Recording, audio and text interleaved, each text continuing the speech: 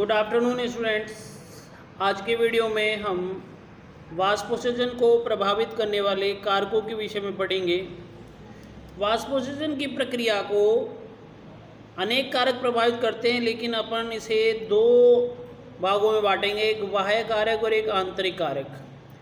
बाह्य कारक जो कि वातावरण में मौजूद होंगे और आंतरिक कारक जो कि पादप के भीतर मौजूद होंगे, जैसे कि पत्ती की संरचना इत्यादि। बाह्य कारकों में सबसे पहले आएगा प्रकाश। प्रकाश जो है वो वाष्पोत्सर्जन को प्रत्यक्ष और अप्रत्यक्ष दोनों विधियों से प्रभावित करता है। अर्थात क्या मतलब हुआ, यदि दिन के समय प्रकाश तीव्र है तो भी तीव्र गति से वाष्पोत्सर्जन होगा, और यदि तापमान जो है वो कम हो रहा है, यानी प्रकाश जो है वो कम है, तो भी वाष्पोत्सर्जन जो है वो घटता है। लेकिन तापमान बढ़ रहा है तो उस स्थिति में भी वाष्पोत्सर्जन की दर बढ़ेगी। दूसरा कारक है वायु। वायु के तेज प्रवाह, यानी अभी जैसे मान लीजिए कि बहुत तेज हवा चल रही है, तो वायु के तेज प्रवाह के कारण से जैसे कपड़े जल्दी सूख जाते हैं, वैसे ही पत्तियों से भी जो है नमी निकल जाती है। और जब पत्तियों से नमी निकल जाएगी तो पत्तियां जो है उस नमी निकलने के कारण से जो है तेज गति से वाष्पोत्सर्जन का प्रदर्शन करती है। यानी वायु जो है वो भी वाष्पोत्सर्जन को बढ़ाती है।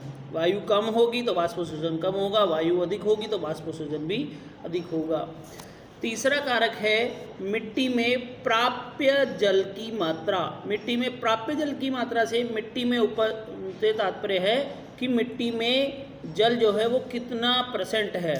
यदि प्राप्य जल यानी मिट्टी में मौजूद जल यदि कम है तो वाष्पोत्सर्जन की दर घटेगी, और यदि मिट्टी में प्राप्य जल की मात्रा पर्याप्त है तो वाष्पोत्सर्जन भी पर्याप्त मात्रा में होगा।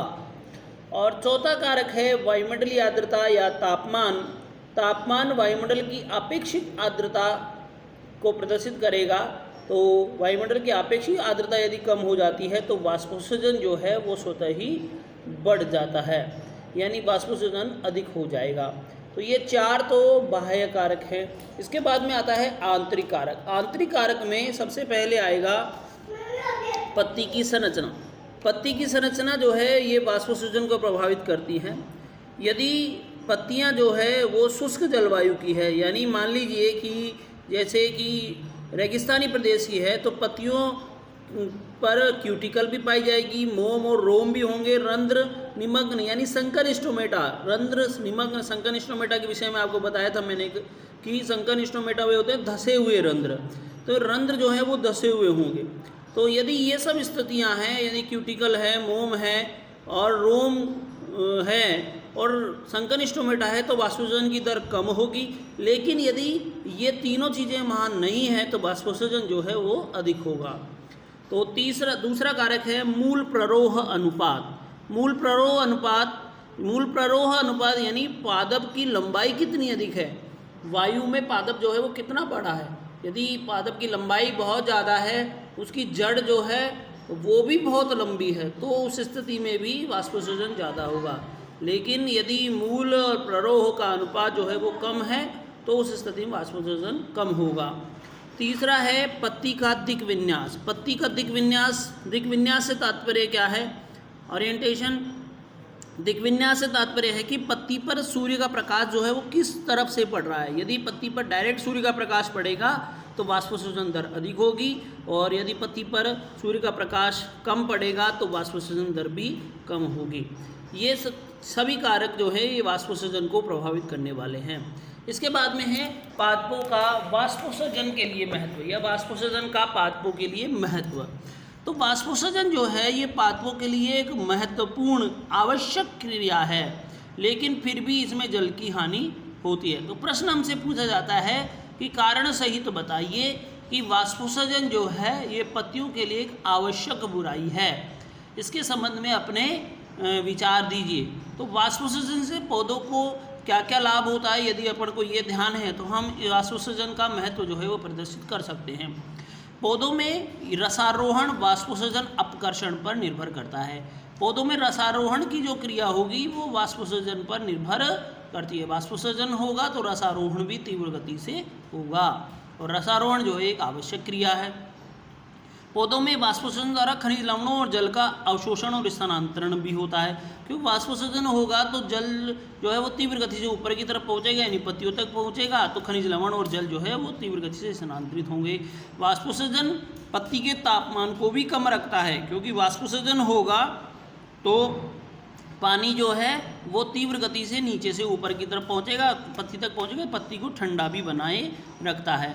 और वाष्पोत्सर्जन के द्वारा ही पादप जो है वो अतिरिक्त जल का निष्कासन भी कर देते हैं। इसलिए पादपों के लिए वाष्पोत्सर्जन जो है हो सकता है कि एक आवश्यक बुराई है, लेकिन ये सभी जो प्रक्रियाएं आप यहाँ पर देख रहे हैं, इन सब के कारण से पादप जो है वो अब लंबे समय तक जिंदा रह पाते हैं, अपनी दैनिक क्रियाएं कर पाते हैं। इसलिए पादपों का वाष्पोत्सर्जन के लिए बहुत महत्व है। और अंतिम टॉपिक है इस पाठ का बिंदु स्त्राव या गटेशन।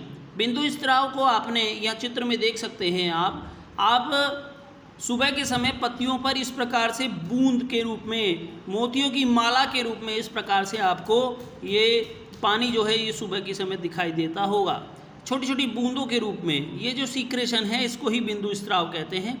ये बिंदु स्त्राव जो है, ये बिंदु स्त्राव वास्तव में जो पत्तियां होती है उन पत्तियों की शिराएं जो हैं उनके अंत पर छोटे छोटे छिद्रों में से पानी जो है वो बाहर निकलता है, अतः उन छिद्रों को कहेंगे बच्चों जलरंध्र।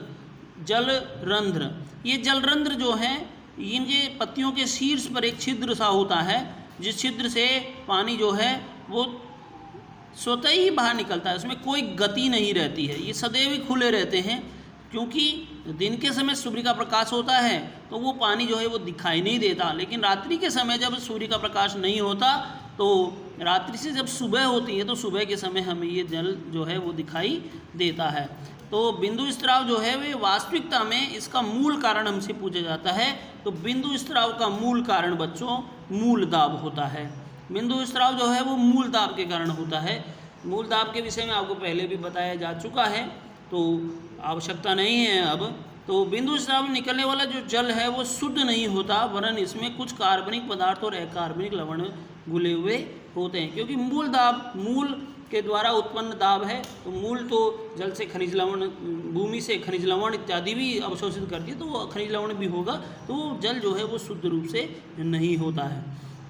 इस पाठ का अंतिम टॉपिक है रस स्त्राव या ब्लीडिंग। रस स्त्राव या ब्लीडिंग, आपने देखा होगा अपन किसी पौधे को यदि काट देते हैं तो उस स्थिति में उसके कटे हुए भाग से रस सा बाहर निकलता है। इस बाहर निकलने क्रिया को ही रस स्त्राव कहते हैं। पौधे की जाइलम वाहिकाओं में रस मूल दाब के कारण धनात्मक तनाव में रहता है।